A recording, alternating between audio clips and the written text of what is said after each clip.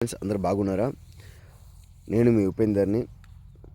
వీడియోలు రాక దగ్గర 10 రోజులు అయి ఉంటుంది మిరప తోటది. ఎందుకంటే నేను పూరి జగన్నాథ్ టెంపుల్కి వెళ్ళడం జరిగింది. సో అక్కడ వెళ్ళాను కాబట్టి వీడియోలు అయితే తీయలేకపోయాను.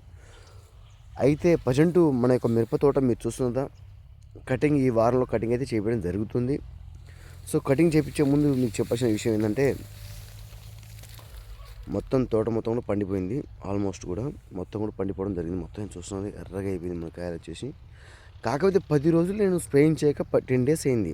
10 డేస్ స్ప్రేయింగ్ చేయకపోయినా కూడా ఇంత నీట్గా ఉందని చెప్పి నేనైతే ఆశ్చర్యపోతున్నాను. సో నేను ఇప్పుడే రావడంతోనే వీడియో తీస్తున్నాను. వీడియో వచ్చేసి నల్లి వచ్చేసి అందరి తోటలు ఎక్కువగా ఉంటే మన తోట వచ్చేసి కొంచెం గ్రీన్గానే ఉంది, లేతగానే ఉంది.